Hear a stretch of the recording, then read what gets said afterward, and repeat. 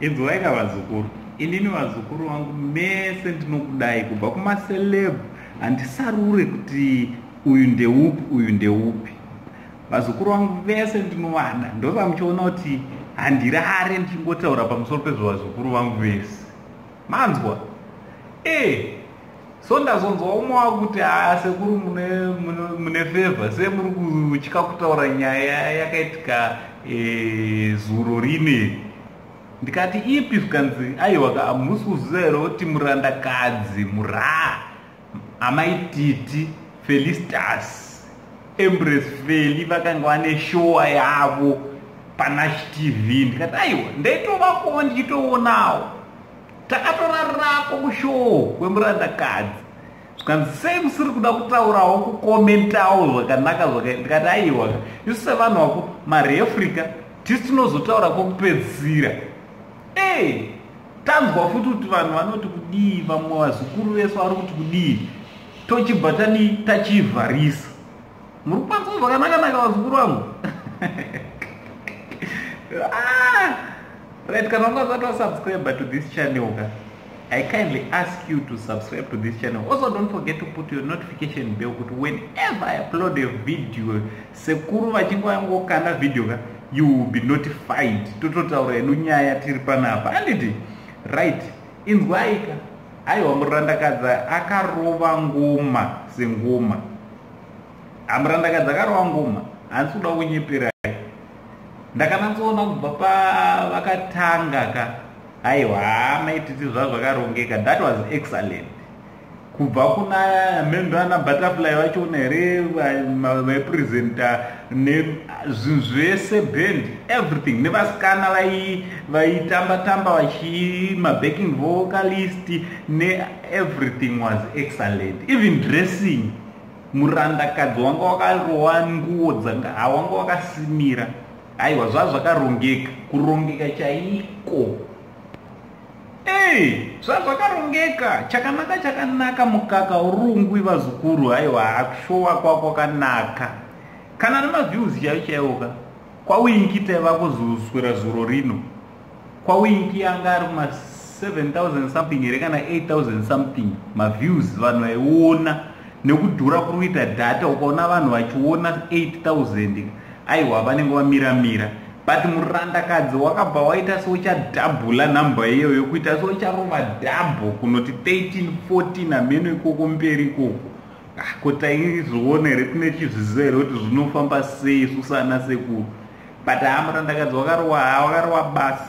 One thing I like about this lady anonzi Maititika, whatever zvavanoita vanozviita nemwoyo wose. Maititi vakada kushaudha munhu vanokushaudha nemwoyo wose. Ndochinhu chandofarira about maititi madzimai nemana baba whenever panochida kuita chinhu, ita chinhu nemwoyo wose. Kana show chaiyo ndakaona katambira kwaita nekuimba kwaita Felicitas Embrace Feli aiwa vanoita zvinhu zvavo nemwoyo. Ndozvinhu zvinoleka pavanhu vazhinji kuti we don't do things with our hearts.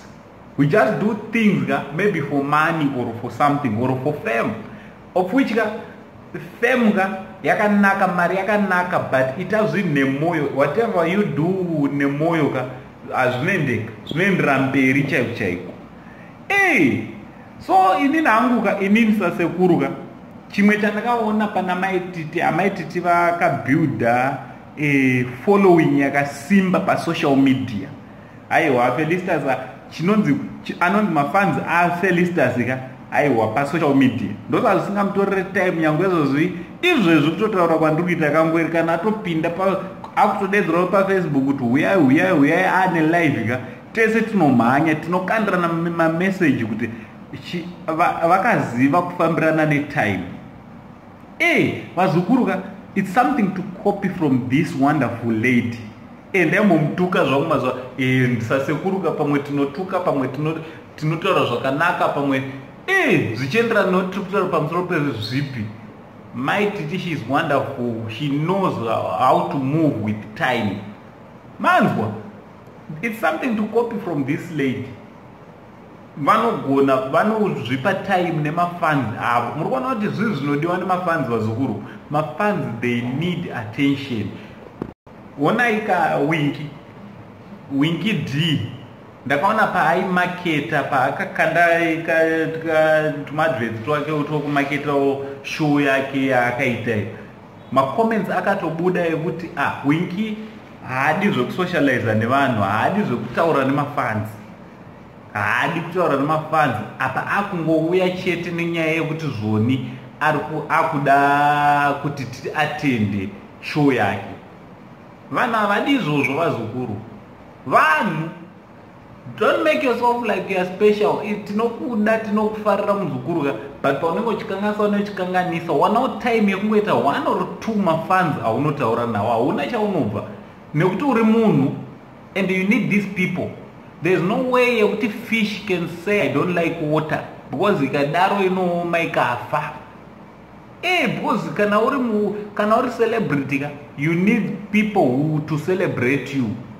So you have to, ndo varungu vako ivavo, ndo varungu vedu vazukuru. Ndikutoudza ma-celebrities ese kuti usadadire vanhu. Ukadadira vanhu uchiti unoshaya vanhu vanokusacelebrate, people they will just look at you and ukaita chaunoita ka they won't support.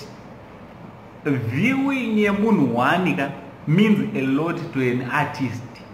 Kuzoona asvika unzi 1000, kuzoona upanapa dakunzi pane ma-subscribers 400, 1 subscription ka means a lot. Saka unofanira kukoshesa vanhu.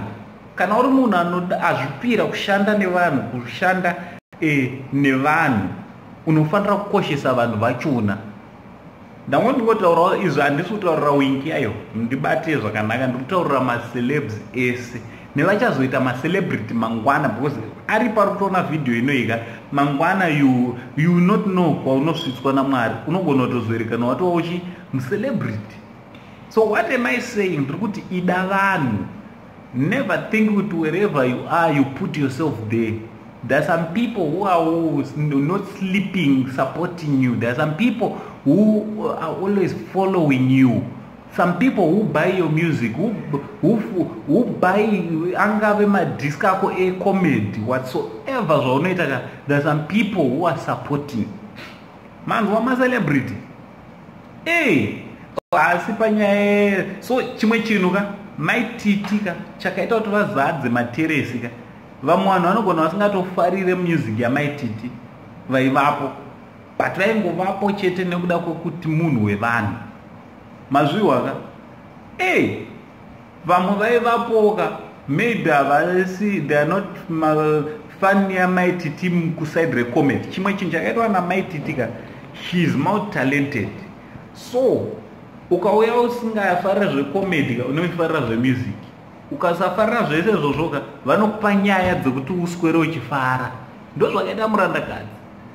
Why? Because she knows zvinoda vanhu. The people they like chinhu chinonzi attention. Kana neni ndinoida wazukuru ndotofarirawo attention, just like each and every one of us.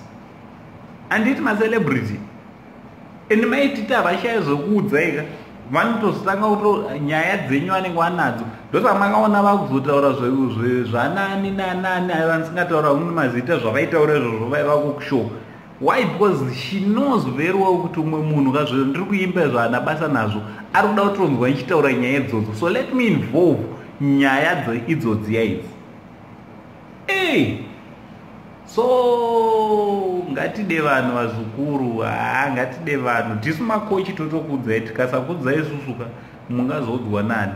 So ndochandangoti ndiuye nacho pamanheru ano pazuva ranhasi vazukuru atiti kana ungasati wasubscribe to this channel, don't forget to subscribe to this channel. Ndo pazvinoitika. Channel ino haisi yangu vazukuru, ndenu. It's a family channel. We have got every right yekutaura zvatinoda, and hapana comment inotaurwa panapa isingateererwe, isingakosheswe. Thanks very much kune vese vakasubscribe. Thanks very much kune vanokomenta. Thanks very much. Ndikada kutaura nemazita, vamwe ari kutoya nemusoro, vamwe vanotanga kuvhiewa mavideos, vamwe vanotanga kukomenta. Thank you very much. Makakosha vazukuru, ende tichasvika kure ini nemi. God bless you.